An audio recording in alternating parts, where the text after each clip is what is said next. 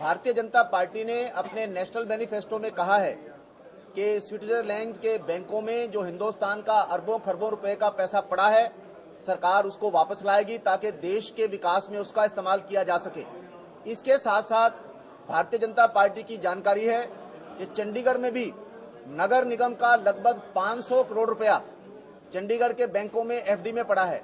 Housing board का लगभग 300 करोड़ रुपया बैंकों में पड़ा है और भी कई कॉर्पोरेशंस का एफडीज में पैसा पड़ा है। ये पैसा निकालकर शहर के विकास में इस्तेमाल किया जाएगा।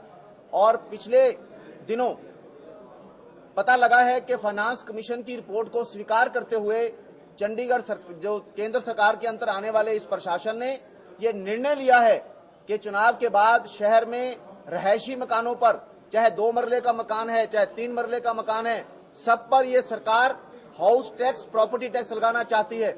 भारतीय जनता पार्टी चाहती है कि कांग्रेस इस पर अपना स्टैंड स्पष्ट करे और भाजपा का स्टैंड स्पष्ट है कि क्योंकि हम पहले ही बहुत टैक्स दे रहे हैं, हम चंडीगढ़ में घरों पर रहायशी टैक्स नहीं लगने देंगे, उसका विरोध करेंगे।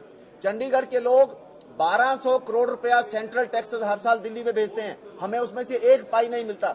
हम 500-600 करोड़ रुपया लोकल टैक्सेस इकट्ठे करके भेजते हैं, इसलिए चंडीगढ़ में और टैक्स का कोई सवाल ही पैदा नहीं होता। और हमारा ये आरोप है कि करोड़ों रुपया बैंकों में पड़ा हुआ है चंडीगढ़ में। ना साउदर्न सेक्टर्स की डेवलपमेंट हुई है, ना सीजीएचएस की डिस्पेंसरी कोई और खुली है, ना साउदर्न सेक्टर्स का विकास हुआ है। पानी बिजली का मामला पेंडिंग पड़ा है। भारतीय जनता पार्टी बैंकों से यह पैसा निकालकर शहर के विकास में इस्तेमाल करेगी। शहर में सीजीएचएस की अब 1 डिस्पेंसरी है, हम 4 डिस्पेंसरीज और खोलेंगे। अपार्टमेंट टैक्स शहर में लागू किया जाएगा ताकि यदि आप अपने मकान का एक फ्लोर बेचना चाहते हैं तो आप अपना फ्लोर बेच सकें। इसके अलावा जर्नल पावर ऑफ अटॉर्नी पर जो प्रॉपर्टीज बिकी हैं उन सबको स्वीकार किया जाएगा। इस समय मेरी जानकारी के मुताबिक हजारों केस चंडीगढ़ हाउसिंग बोर्ड में सालों से पड़े हैं कि हमें जीपीए पर प्रॉपर्टी ट्रांसफर करने की अनुमति दी जाए, जो उनको नहीं दी जा रही, अड़ंगे अड़ाए जा रहे हैं। सरकार आने पर इन सबको रेगुलराइज किया जाएगा और जीपीए स्वीकार कर ली जाएगी। आज एक चिट्ठी आई है, होम मिनिस्टर की एडवाइजरी कमेटी होनी चाहिए, ये होना चाहिए। पिछले 5 साल में कांग्रेस की सरकार ना होम मिनिस्टर एडवाइजरी की एक भी मीटिंग नहीं कर पाई, गवर्नर की एडवाइजरी कमेटी की कोई मीटिंगें नहीं हुई, बाकी एडवाइजरी कमेटीज की मीटिंग भी नहीं हुई।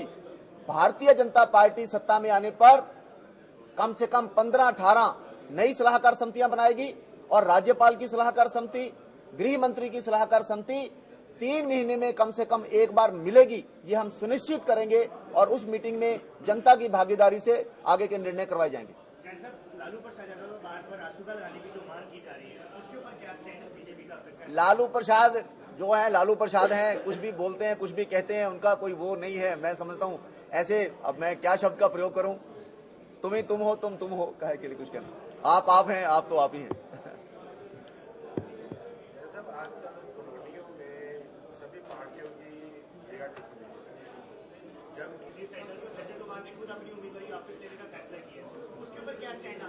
कांग्रेस पार्टी हिंदुस्तान की सबसे भ्रष्ट और सांप्रदायिक पार्टी है। इसको जब सूट करता है तो हिंदू कार्ड प्ले करती है, जब सूट करता है तो सिख कार्ड प्ले करती है, जब सूट करता है तो क्रिश्चियन कार्ड प्ले करती है, जब सूट करता है तो मुस्लिम कार्ड प्ले करती है। ये जगदीश टाइटलर को, सज्जन कुमार को टिकट देना सारे हिंदुस्तान की जनता का अपमान था। सिख समुदाय का भी था, हिंदुओं का भी था, सारे भारतीयों का था। ये देश का विरोध है, जिसके कारण अगर उनको निर्णय करना पड़ रहा है, लेकिन जख्मों पर नमक तो छिड़का जा चुका है, जख्म हो चुके हैं, उनको भरने में बहुत समय लगेगा। और मैं समझता हूं कांग्रेस पार्टी पर विश्वास नहीं किया जा सकता। आज अगर उनका टिकट वापस करने की बात करते हैं तो हो सकता है कल को फिर कहीं और ला दें। ये बातें कई बार पहले वो कह चुके हैं। ये सिर्फ वोट की सोचते हैं, वोट के लिए किसी भी सीमा तक जाने को तैयार हैं। भारतीय जनता पार्टी एक ऐसी पार्टी है जो हमेशा असूल की बात करती आई है और आगे भी सिद्धांत की बात करेगी। जुडिशरी ने नहीं दी, सीबीआई ने दी है। सीबीआई होम मिनिस्ट्री के अंडर है, प्राइम मिनिस्टर के अंडर है। ये वही सीबीआई है जिसने अडवाणी जी पर भी केस चलाया था। ये वही सीबीआई है जो डॉक्टर मुरली मनोहर जोशी पर केस चला रही है।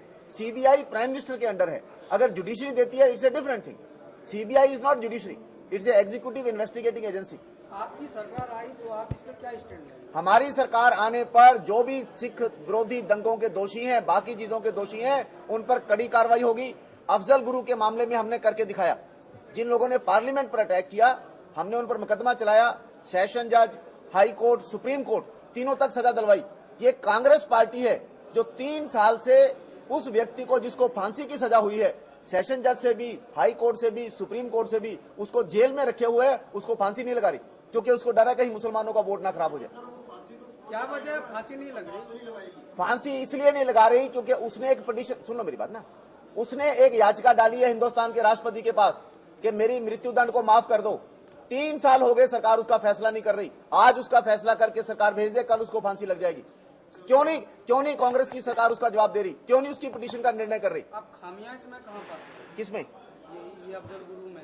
कांग्रेस पार्टी जानबूझकर उसको पेंडिंग रखे हुए है।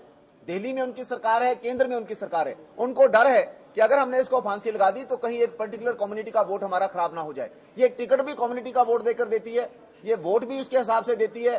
कांग्रेस के सामने ना देश हित है, ना राष्ट्र हित है, ना कोई और हित है, सिर्फ वोट का हित है। जहां वोट मिलेगी उसके मुताबिक काम करते हैं।